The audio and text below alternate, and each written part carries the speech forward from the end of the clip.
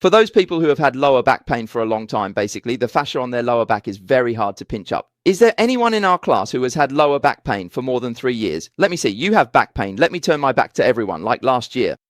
You can't get out of bed because it hurts so much. Are your legs numb? No? So when you're in bed, it usually hurts. And no matter how long you lie there, you just can't get up. Let me take a look.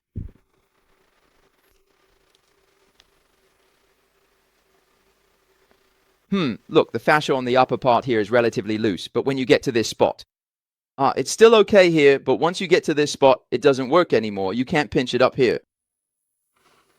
You really have to use force, really pull hard like this to get it up. For normal fascia, look at mine. You can just pinch it anywhere at all. You can pinch it anywhere, yes, all over the body, including the soles and arches of your feet, even the scalp. It's the same everywhere. As long as there's a spot you can't pinch up, it means the fascia there isn't sliding properly. This will affect fat metabolism throughout your training process, the transmission of force during exercise, joint stability, and your overall support. Looking at this person's buffalo hump, it's actually not too bad. For some people with severe cases, I can't even pinch it up at all. See, here it's completely stuck together in a lump. Come on, you try pinching it. Take a look. No matter how you pinch it, you can't lift it up. Exactly, you can't move it at all, no matter how hard you try. See, when you pinch it, it's all in one lump. It's a single piece. So for members like this, if you want to reduce the fat in their buffalo hump, it's extremely difficult because this area is all stuck together. Here it forms a kind of encirclement. So while it will reduce, it will do so much more slowly than in other areas. That's why for some people with a buffalo hump, after they lose weight, the hump actually looks even bigger, because the rate at which this lump reduces is slower than in other areas. In this situation, you need to use manual techniques. What are these techniques for? The purpose of these techniques is not to squeeze out the filling from inside the lump. You can't squeeze it out because that's fat. Many people say, my buffalo hump got smaller after bloodletting. Well, it may look smaller after bloodletting, but the blood you draw is just removing the moisture from inside the lump. You've drained some of the moisture from inside the lump, but there's no way to remove the fat inside by bloodletting. So after you've drained the blood, once the moisture returns inside, the lump is still the same. You've only relieved the pressure in the lump. You haven't reduced the fat. To sum it up for you, if a person truly has a wealth lump, what is a real wealth lump? If you look at it from the cross-section, you'll see a white mass inside. That's a real wealth lump. For a real wealth lump, no matter what technique you use, whether it's acupuncture, bloodletting, massage, or manipulation, none of them can truly resolve it. Why is that? Because it's fat. What's inside is fat. Any claim that a wealth lump can be visibly reduced in size after just one treatment is a scam. How could you possibly reduce the fat in one go?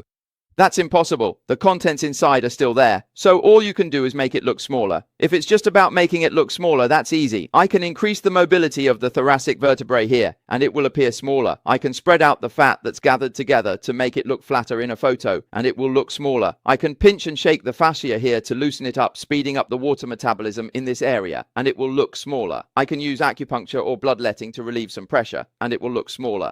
This only makes it look smaller visually, but the fat tissue inside hasn't changed at all. Do you understand? Unless you get liposuction. Let me tell you, people with a buffalo hump who have surgery to remove it or get liposuction to take out the fat in this area have a high probability of developing cervical spondylosis within the next 3 to 6 months.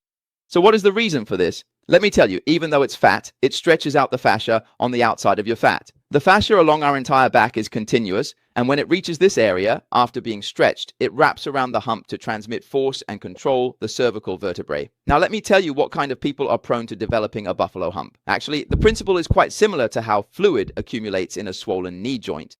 Our joints are very smart. You'll notice that women are more likely than men to develop a buffalo hump. Why does this happen? Because women naturally have less muscle strength than men. When the knee joint fills up with fluid, or when someone develops a buffalo hump here, it's often related to their posture. So when you're unstable, I increase the internal pressure and fill it with something inside. In other words, I can no longer rely on your muscles to keep the joint stable. You don't do any exercises, yet you keep loosening me up every day, and you still make me walk and go up and down stairs. So I have to find a way to stabilize myself. If I grow bone spurs or develop 2 bone spurs that fuse together, it would take a long time. And during that process, I might get even more seriously injured. So instead, I respond with inflammation, filling the joint capsule with fluid, or I make it bulge out. Once it bulges out, your fascia gets stretched tight, and then you can hold it in place better. That's how it becomes stable. Then if you check, out of 10 people with a dowager's hump, about 8 of them have cervical instability. They rely on making that hump bigger and increasing the tension in their fascia to hold their neck in place. It holds up their head. So if you suddenly relieve the pressure here and remove the fat, in this situation, you can think of it as fascia that was originally stretched tight being released. As a result, after you remove it, there's a hollow inside and the inside becomes flat. So the fascia just sags down completely, it's totally relaxed and has lost its elasticity. The mechanical force can't be transmitted here anymore, it's disconnected above and below. At this point, your cervical vertebrae, which you could previously rely on for stability, now lose their last support as well. So there's a high probability of serious misalignment. The protrusion of the intervertebral disc is related to the loss of this connection.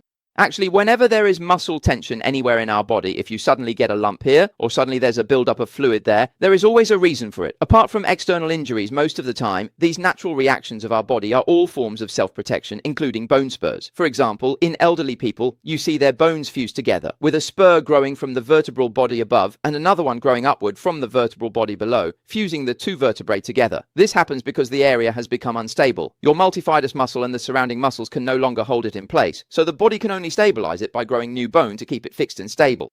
Only then can I live longer and endure for a longer time. So if you don't understand the underlying principle and you simply remove it just because it affects your appearance, you might end up paying the price with your health.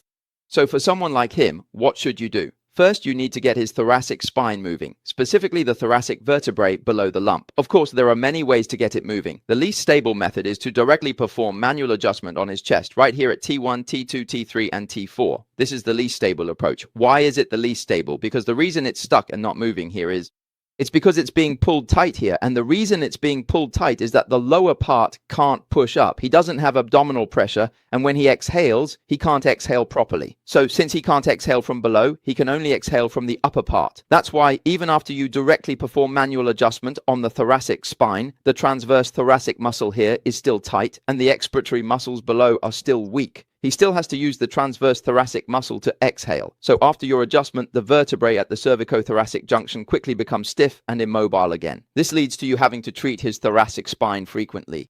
The problem is that you can't apply this to breathing because it's segmental. Only this segment is being intervened with manually. So you must understand the reason why this vertebra is immobile. Then, what do you do in the second step? The first step is to get the vertebra moving. The second step is to restore the mechanical transmission of the fascia to make its gliding motion normal again. You shouldn't let this area, look, no matter how you pinch it, you just can't lift it up. So this buffalo hump is connected to the upper trapezius, which means the entire upper trapezius is always very tense. I also checked their lower back. Their lower back isn't in good condition either. So for these types of clients, fat loss is the slowest and rebound is the fastest. If you want to help these clients lose fat, it's going to be tough. It's quite difficult. Let me ask, how many years have you been married? 10 years. And during these 10 years, your husband has been in the military and not by your side. Let's shake hands. Do you have any complaints about that?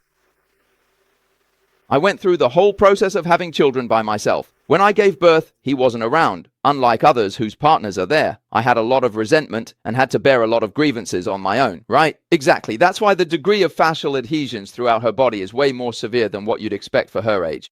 Her fascia and skin are in a condition that we usually only see in patients who are at least 50 or 60 years old, which shouldn't be the case. There must be some other issue, and it's affecting her whole body, not just the dowager's hump. Everything is stuck together, so there must be an underlying reason. Think about it. A woman whose husband hasn't been by her side for 10 years, not even there to support her during childbirth, no matter how great she is. No matter how strong a woman is, can she really not feel wronged? Yeah. It's okay. Everything is for the child.